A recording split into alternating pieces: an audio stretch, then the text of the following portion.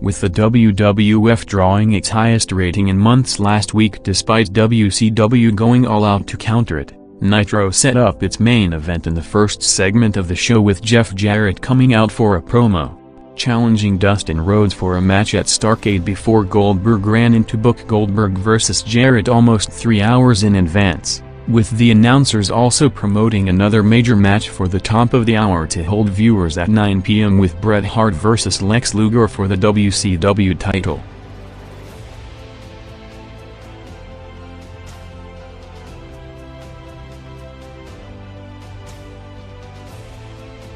With the WWF facing major sponsor issues over the past few weeks due to edgy aspects of the TV product, WCW, who was not affected by the story so far, wanted to avoid any connection to the WWF with standards and practices, according to Vince Russo going into panic mode last Monday, reportedly forcing changes to several angles and verbiage on the show involving Piper and Oklahoma, with TNT's representatives analyzing the Nitro script in more detail. Russo during an interview during the week said that there was always issue with sponsors while he was in the WWF, but nobody pulled out due to the record numbers, saying that issues with standards and practices started all the way back to the Havoc pay-per-view in October due to Flair going into business for himself and bleeding during his match with Page after they already agreed to have blood in the Seed Goldberg match minutes earlier, with Russo also talking about another major issue with TNT being Nitro's move back to 2 hours in January from 8 to 10, saying that he's going to do everything he can to get the time slot changed to 9 to 11 with both hours going head-to-head with Raw,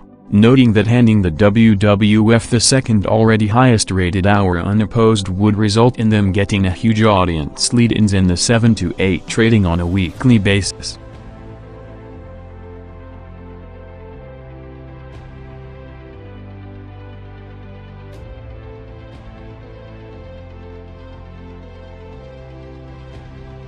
Bret vs. Luger started exactly at 9 p.m. with the match booked on Thunder last week, with Luger going over Seed to set it up, going 4 minutes with Bret retaining after Sting distracted Luger, with the match due to only going 4 minutes not filling the majority of the quarter, with the rest of the segment featuring several angles including Russo double-crossing Harlem Heat after giving them a tag titles match at Starrcade, along with Roddy Piper arriving to the building to open Nitro with a 2.9 rating.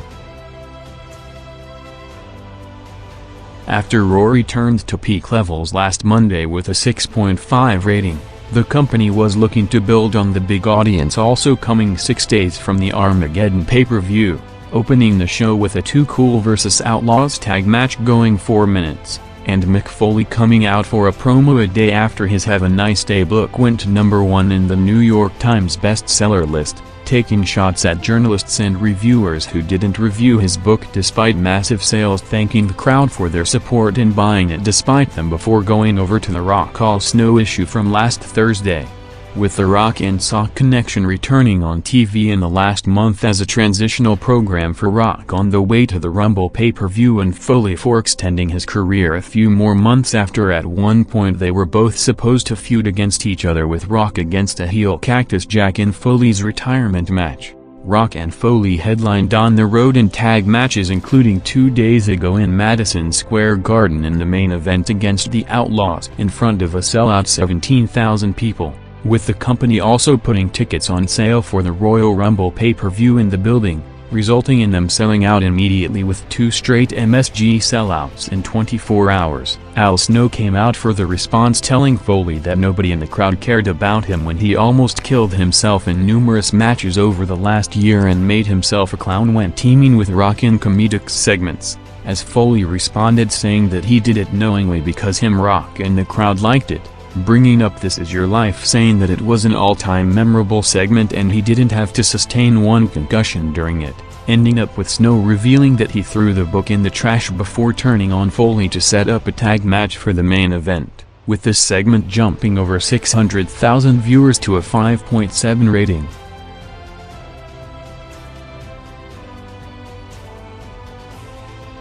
Nitro jumped to a first-hour high 3 rating between 9:30 to 45, picking up over 400,000 viewers for Roddy Piper in an I Quit handicap match against Creative Control, with Goldberg running in for the save, along with a Meng vs. Dustin Rhodes match that saw Jarrett and the Outsiders running in to take them out, and Larry Zbyszko making a rare Nitro appearance to meet Russo in his office, with Russo openly asking Larry why Thunder sucks right now, with Larry responding that it's because none of the A players are working on it, ending up with Russo announcing plans to revamp Thunder, including Larry on commentary starting this Wednesday in its new time slot, with him taking over creatively and ordering all the headliners and Goldberg, Bret, Seed and the Outsiders to appear from now on, while at the same time Raw had 2 matches in the quarter, first with Kurt Angle and Blackman teaming up against the Hardys, and Val vs. D'Lo, along with Stephanie coming into DX's locker room to ask Triple H to sign the papers, and him laughing it off in the build to the segment coming at the top of the hour.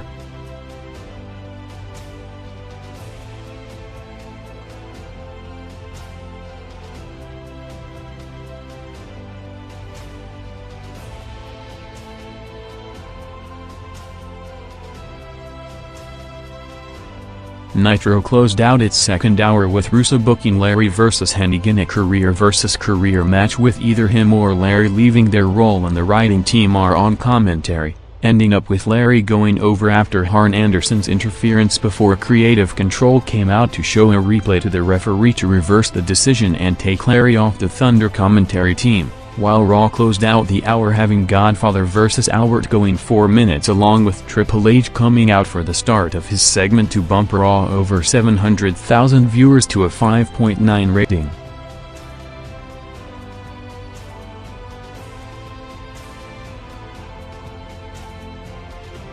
Nitro had the continuation of the Vito and Johnny Chase After Disco in a show-long series of comedy skits to start the hour, followed by Nash vs. Benoit with Scott Hall on commentary, going 7 minutes with Benoit fighting off the Outsiders until Seed run in for the save, as a few days after Russo talked about Raw's rating shooting up after building the show around a wedding, with viewers clearly signaling to more soap opera storylines as the main priority. Another indication came this week, with the prime example being this quarter as the Nash vs. Benoit match going against the follow-up of the wedding angle on Raw dropped to a show-low 2 rating head-to-head. Triple H cuts a sarcastic promo asking the crowd why they turned on his bride Stephanie after she got heavily booed a few days earlier on SmackDown, saying that now after they got married she surprised him by bringing in annulment papers for him to sign out of nowhere, blaming the crowd response for driving her to do it and ask for divorce, calling her out saying that he will sign the papers if she comes to the ring, with her saying that she hopes Vince cripples him in their match on Sunday, adding another stipulation to the match with Hunter agreeing to sign the papers if he loses and gets a title shot if he wins, bringing out Vince with him still can't get near Hunter with a restraining order, saying that he agrees to the new stipulations while hyping a contract signing for SmackDown to close this segment with Hunter kissing Stephanie in front of Vince, with the intrigue coming off the wedding angle carrying on to this week, with the quarter spiking Raw over 1.5 million viewers to a massive 7.2 rating. Raw's highest rated quarter since the record 8.4 for The Rock Mankind This Is Your Life segment in September.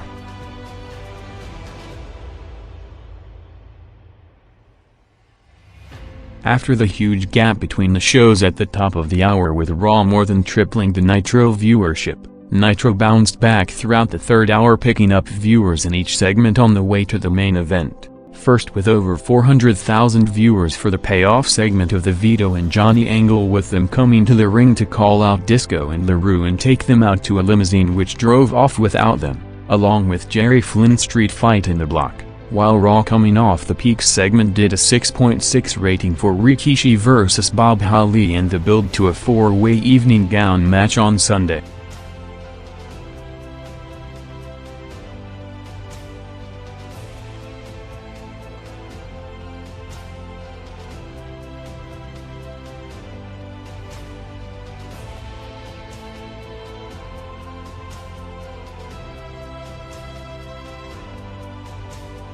Nitro continued to pick back up with a direct turnover of viewers from Raw, jumping over 600,000 viewers to a 2.6 rating for Scott Hall vs. Sting, with Nash on commentary going 6 minutes, with Liz as Sting's new manager after turning on Luger earlier interfering for the finish, with Hall and Nash's Starrcade matches established on the night, with Hall against Benoit in a ladder match and Nash vs. Cena in a powerbomb match. Going against Hall vs. Sting. Raw also had a match going 6 minutes with Triple H and X-Pac against Kane and Test, with Hunter pinning Test for the finish, transitioning Test away from the main angle heading into the Vince match, with Nitro closing the gap to a 2.6 to 6 rating during the quarter.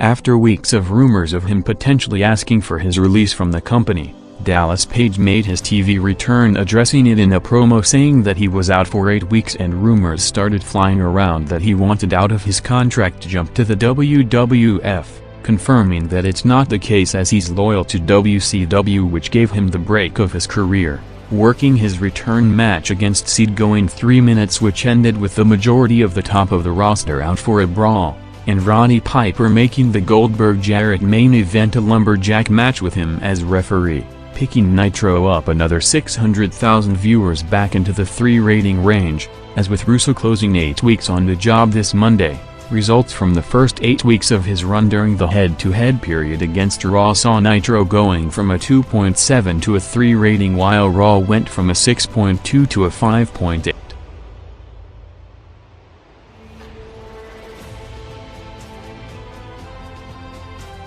Raw's final quarter started with a Big Show vs. Viscera WWF title match, along with a post-match angle of Bossman confronting Wight's mother in her house, bringing documents to make her admit that Wight was an illegitimate child. 6 days from the Show vs. Bossman payoff after months of build-up and wild angles, followed by the main event entrances, with Chris Jericho being revealed as Al Snow's partner in the tag match.